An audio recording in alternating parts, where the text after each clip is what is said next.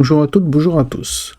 Aujourd'hui, nous allons parler d'un sujet très intéressant qui est un comparatif clair et complet entre Windows 10 et Windows 11. Interface, performance, nouveauté, sécurité, compatibilité et réalité du quotidien. Cette vidéo explique les différences essentielles et répond à la question: faut-il vraiment migrer vers Windows 11 ou rester sur Windows 10?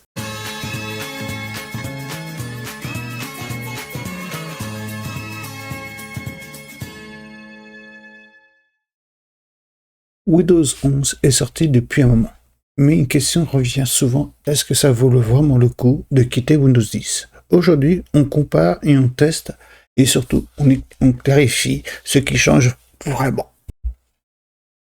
Première différence, l'interface Windows 10 11 mise sur un design beaucoup plus moderne.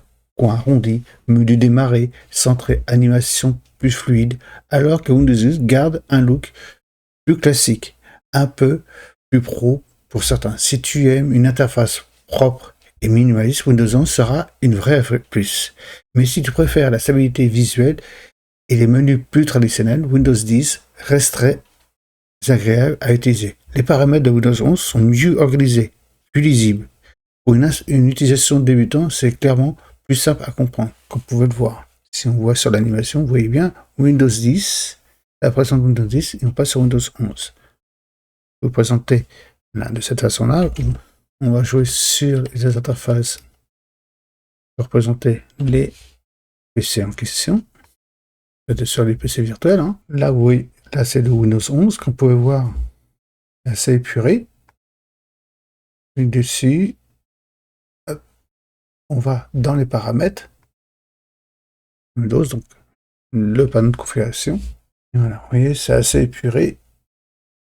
Et les réglages sont ici, très précis.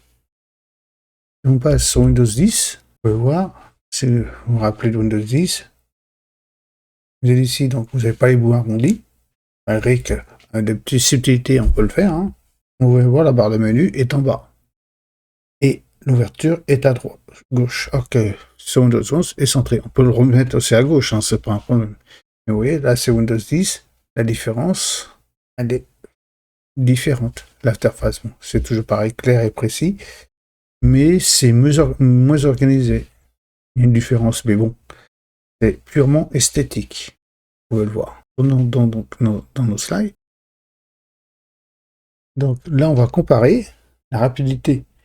Vous pouvez le voir, on compare. Donc côté performance, soyons honnêtes, la différence n'est pas énorme. Sur un PC récent, Windows 11 peut être un peu plus rapide grâce à ses optimisations, surtout en multitâche.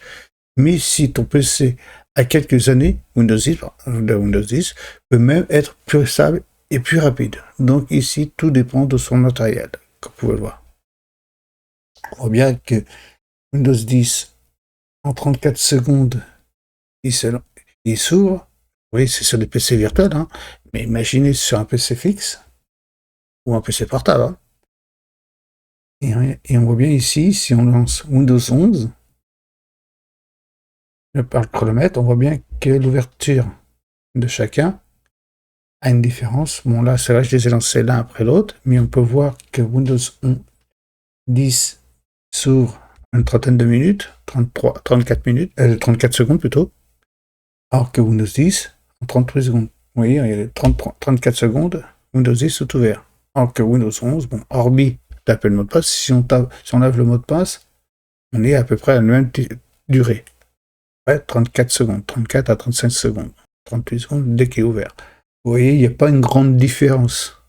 Et pourtant, c'est un PC virtuel, la machine est aussi puissante, elle n'a pas une configuration flagrante, mais voilà, ça suffit amplement pour faire tourner les deux. Vous pouvez le constater. Qu'est-ce que les nouveautés importantes? Quelles sont les nouveautés importantes? Ce sont vraiment des évolutions, mais pas forcément indispensables pour tout le monde. Windows intègre donc l'IA directement dans le système. Pour résumer, un test cherche une info et génère du contenu. C'est un vrai plus, mais pas indispensable pour tout le monde. Si tu joues le PC, sur un PC avec un SSD NVMe, l'amélioration des gaming, direction de stockage. Donc, qui est indispensable. Là, oui, Windows 8 est clairement plus intéressant pour le gaming. Bien sûr, la nouveauté importante, c'est l'histoire de la virtualisation qu'on peut faire et la sécurité du TPM, qui est très contraignant. Parce que si vous avez un vieux PC qui la puce TPM n'est pas en version 2, malheureusement, vous ne pourrez pas passer sur Windows 11. C'est une des BABA. On peut voir donc les paramètres de compatibilité exigeants, hein, on vous dit, vous pouvez le voir. Et là, c'est le point qui fâche, on peut le dire. Hein. Windows 11 demande et impose un processeur compatible. Pas trop vieux, s'il a 10-15 ans, Windows 11 risque de ne pas passer. Un module TPM et Secure Boot activé, comme vous pouvez le voir. Bien sûr, avec 4 Go de mémoire vive minimum et un stockage de 64 Go minimum. Vous pouvez voir le processeur, il faut qu'il ait au moins 2 corps minimum. Ce n'est pas un bug, c'est un choix de Microsoft pour renforcer la sécurité. C'est pour ça que beaucoup d'utilisateurs reçoivent le fameux message « Votre PC n'est pas compatible ». Si ton PC ne coche pas des cases ou une des cases, ce n'est même pas la peine d'assister. Windows 10 reste tout donc ton choix, ton meilleur choix. CAD 1, si le PC de travail ou l'entreprise, Windows 10 reste souvent le meilleur choix pour la stabilité et la compatibilité logicielle. Le cas 2, pour un PC gamer récent, si tu as un PC récent et que tu joues, Windows 11 est clairement recommandé. Pour les jeux récents, je parle bien. Hein. Et cas numéro 3, utilisateur. Donc, vous êtes un utilisateur classique. Pour Internet, mail, bureautique, Windows 10 suffit largement. Bien sûr, on peut dire adieu à Windows 10 depuis le 14 octobre 2025 hein, et supporté jusqu'au donc Windows 10 est supporté jusqu'au 14 octobre. Ça veut dire mise à jour de sécurité, stabilité et compatibilité. Tu peux encore l'utiliser sans aucun risque, mais beaucoup d'utilisateurs Windows 10 restent largement suffisants. Si ton PC tourne bien, tu n'aimes pas changer tes habitudes ou si tu es dans un environnement pro. Rester sur Windows 10 est totalement logique. Sauf que je ferai une prochaine vidéo qui va expliquer justement pourquoi Microsoft nous force à aller sur Windows 11. Ça sera la prochaine vidéo que vous verrez. Qui va apparaître bientôt. Bien sûr, je vous remercie quand même d'avoir regardé cette vidéo. C'était une vidéo comparaison entre Windows 10 et Windows 11. Hein. Donc à ce moment-là, on se pose la question, faut-il vraiment passer sur Windows 11? Oui, si ton PC est compatible, récent et que tu peux profiter des nouveautés. Sinon, reste sur Windows 10, reste totalement acceptable pour le moment.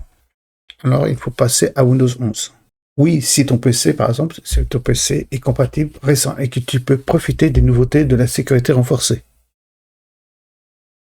Non, si ton PC n'est pas compatible ou si Windows 10 convient parfaitement aujourd'hui. Sauf que, malheureusement, j'anticipe un peu sur la prochaine vidéo, mais vous verrez qu'il y a des contraintes. Et je pense qu'il y a plein d'autres vidéos qui vous le disent.